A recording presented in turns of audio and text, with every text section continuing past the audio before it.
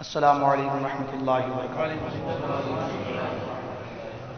نحمده ونصلي على رسوله الكريم، اما بعد فاعوذ باللہ من الشیطان الرجیم، بسم اللہ الرحمن الرحیم۔ فاسألوا اہل الذکر ان کنتم لا تعلمون۔ آمنت باللہ صدق اللہ المولانا العلی العظیم وصدق رسولہ النبی الامین الامی المکین المتین المبین الرؤوف الرحیم الکریم۔ درود پاک میں اللہم صلی علی سیدنا مولانا محمد بارک وسلم، صلی علیہ صلاۃ والسلام علیک یا رسول اللہ صلی اللہ تعالی علیہ وسلم۔ محترم حضرات، ابھی آپ لوگ بہت ہی پرمغز خطاب سماعت کر رہے تھے اور عقائد حقہ کی معلومات سے آپ لوگوں کو حضرت آشنا کرا رہے تھے اور عقائد باطلہ سے کتنا بچنا چاہیے اس کے تعلق سے فرما رہے تھے۔ وقت کافی ہو چکا ہے۔ سب سے پہلے میں یہ کہوں گا کہ ماشاءاللہ آپ سبھی حضرات لائق مبارکباد ہیں کہ ایسی محفل میں کہ جس محفل کی سرپرستی حضور فاتح خاندیش فرما رہے ہوں، مجھے امید ہے کہ انشاءاللہ العزیز یہ محفل ہماری قبول ہوگی اور اللہ کی ذات پر بھروسہ بھی ہونا چاہیے۔ لا تقنطوا من رحمت اللہ کے تحت لو لگائیے اور یہ دل میں ارادہ کر لیجئے پختہ کہ انشاءاللہ یہ محفل کامیاب ہوگی، قبول ہوگی اور یہی ہمارے نجات کا ذریعہ ہے انشاءاللہ۔ حضرات،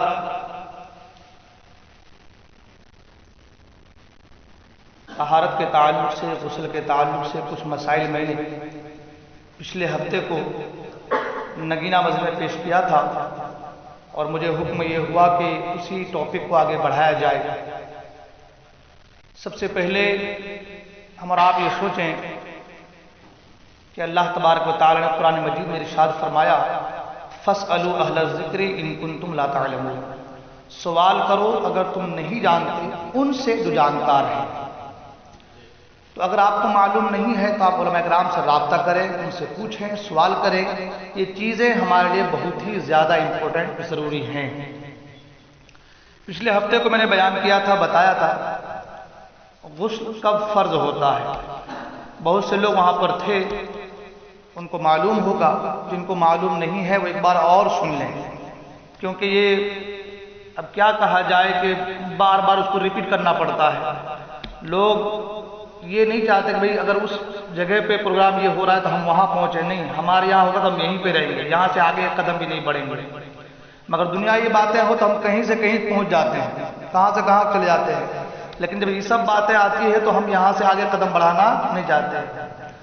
تو اب مسئلہ یہ کہ ہم اس کو بار بار پھر دوبارہ بتانا پڑتا ہے، تو پھر ایک ہی بات، ایک ہی ٹاپک کو اگر ہم بار بار بتاتے رہیں تو پھر کئی مہینے اسی ایک ٹاپک میں لگ جائیں گے، پھر آگے کی جو مسائل ہیں وہ رہ جائیں گے۔ تو خیر جو بھی ہو، سماعت کریں۔ میں نے پچھلے ہفتے کو بیان کیا تھا، بتایا تھا غسل کے تعلق سے غسل کب فرض ہوتا ہے۔ منی کا مادہ منویہ سے شہوت کے ساتھ جدا ہونا اور باہر نکلنا، یہ غسل کو فرض کرتا ہے، ٹھیک ہے نا، ایک چیز۔ اور دوسری چیز یہ بیان کیا تھا کہ دو چیز کا خیال رکھا جائے، منی اپنی مادہ منویہ سے شہوت کے ساتھ جدا ہو یہ شرط ہے، اور باہر نکلے یہ شرط ہے۔ یعنی اگر وہ مادہ منویہ سے شہوت کے ساتھ جدا نہیں ہے، ایسے ہی نکل جائے، بغیر شہوت کے باہر نکل جائے تو اس سے غسل واجب نہیں ہوتا۔ جیسے کہ کسی بھاری چیز کو اٹھانے سے، ہے نا، یا کسی کو جو ہے بیماری ہو جائے قطرات کی، تو اس وجہ سے اگر کچھ قطرے نکل جاتے ہیں جو بغیر شہوت کے ہوں تو اس سے غسل واجب نہیں ہوتا۔ اس کے تعلق سے میں بتایا تھا۔ آگے اور سماعت کریں کہ آدمی کا آلہ تناسل، عورت کے آگے یا پیچھے کے مقام میں اس آلہ تناسل کا جو حشفہ جس کو کہا گیا ہے، جو آگے کا جو حصہ ہے، اس کا اندر داخل ہونا عورت اور مرد دونوں کے اوپر غسل واجب ہے۔